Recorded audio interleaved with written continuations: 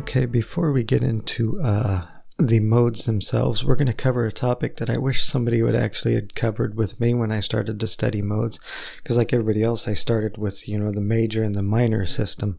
And what I realized over time was that a lot of these things kind of don't cross over when you start using triadic modal harmony and creating flow-in sequences. You have to kind of break free from that traditional kind of root movement, and that's what we're talking about here is root movement. Favorability. So I'm going to set this up a little bit so it's a little wider on the screen, so I could type in some stuff here. Constant root movement in fourths or fifths, and I'll explain this in a second, was very common in traditional functional harmony up to a certain point in here period, and it's still very common today when you're using the major scale or stuff like harmonic minor and melodic minor and whatnot. Very, very, very common. And so I'm going to explain this. So root movement on the major scale, root up a fourth is a F, down a fifth is a B diminished, up a fourth. See, which inverted, it's all the same. You see how that you expect to go right back to the C, even though I'm playing that. And let's do it like this. It flows very nice. It's smooth. It goes right to the next chord with ease. Same with stuff like secondary dominants. They function in the same way. Okay. Okay. Even in minor, if I use something like harmonic minor, I use the same kind of movement. It flows. It works. It's one of the most flowing sequences you can do. That kind of root movement. Okay. So, sorry about that. Now, when you start learning modal theory or modal sequences and tonal triad modes, too much of this kind of movement tends to break down the mode you're in, almost to where it sounds strange. So we'll use Dorian, okay, as an example. We're established Dorian or something first. Just use that root movement like I'm talking about. It doesn't really sound complete at all, and it doesn't sound very fluid. But again, this is a tip. There's never say never. It doesn't sound as fluid as it does in major or something like harmonic minor. Okay, it doesn't seem to flow from one to the next as well. So modes tend to like a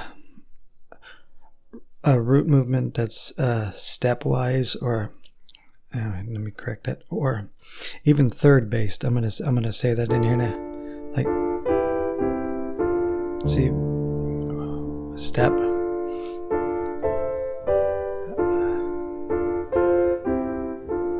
so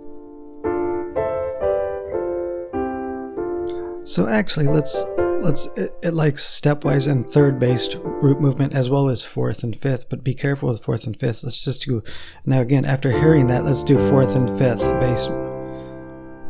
Okay, I'm going to do it slower. Okay.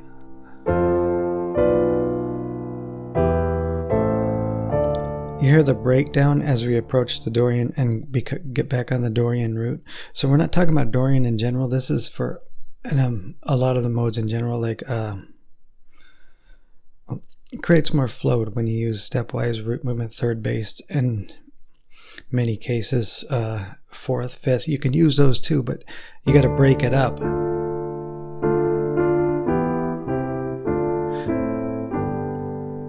So this is going to be one of the keys to creating better modal sequences for certain modes.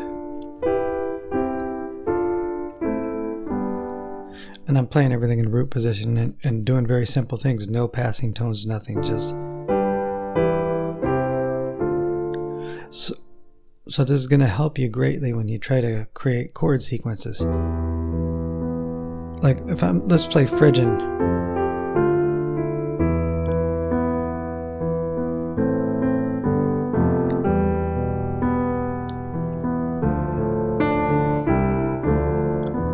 lots of stepwise movement. Okay, I did there.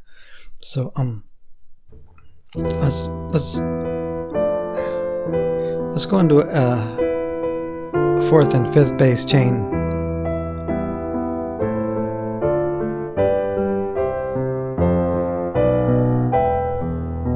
And it kind of works, but it just doesn't sound very smooth and flowing, and just bear that in mind. So it's not an absolute, it's just in general. Okay, to start in general, start to use more stepwise. I keep misspelling that. Third based, you know, in addition to fourth and fifth based. In fact, you would probably use more stepwise and third bass than you will fourth and fifth. Break fourth. Stepwise should be, I'm not going to correct that, but it should be one word. So you'll find that if you break up these fourth and fifth bass movement up with stepwise and third bass and whatnot with modes, it's going to sound a lot more fluid. So if I do something like that, fourth and Dorian and fourth inverted is a fifth. So I'll just play it plain chords, no.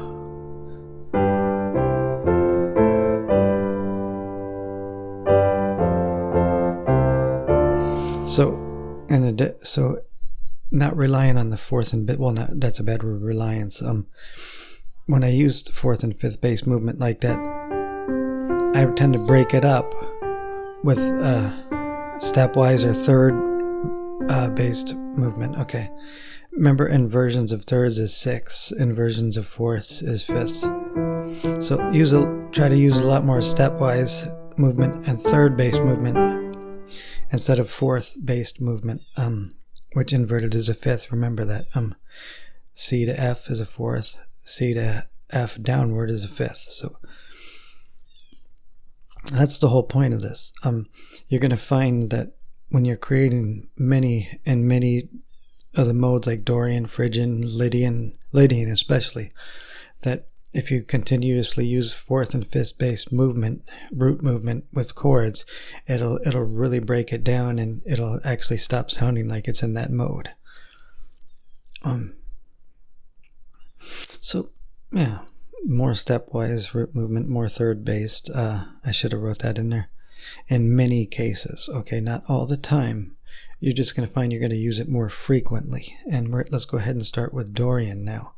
And this is something I actually wish somebody would have told me when I first started out, because I tried to use like the major and minor system concepts of, you know, typical harmonic progressions at first, and it just broke it, and it never seemed to work out really well. And I'm like, what am I doing wrong? Eventually, it just dawned on me that, you know, changing the way you think, breaking out of the traditional functional harmony and all those fifth and fourth bass moves, and switching to a lot more retrogressive, it's actually called, instead of progression, retrogression. But that's a topic I don't really want to discuss. I found that when I started to use more moves that were, you know, half step away, a third away, whatever, a whole step, etc., mixed in with a root movement of fourths and fifths, breaking those things up, I tended to create more fluid progressions, and then everything started to work out. And strangely enough, when I started to go back to the major and minor system, I started to use a lot more moves that are stepwise or third based and whatnot, and it actually helped expand my my major and minor system vocabulary to not be so predictable as fourth and fifth based root movement kind of stuff. So again, when we're going to try to create these triadic modal progressions, we're going to find that we're going to use a lot more of these movements that are a little bit less traditional than traditional functional harmony. And also remember, there's no, in these modes, there's usually no dominant chord to get us back to your tonic of your mode as easy as the major and minor system. So let's go ahead and start with Dorian next.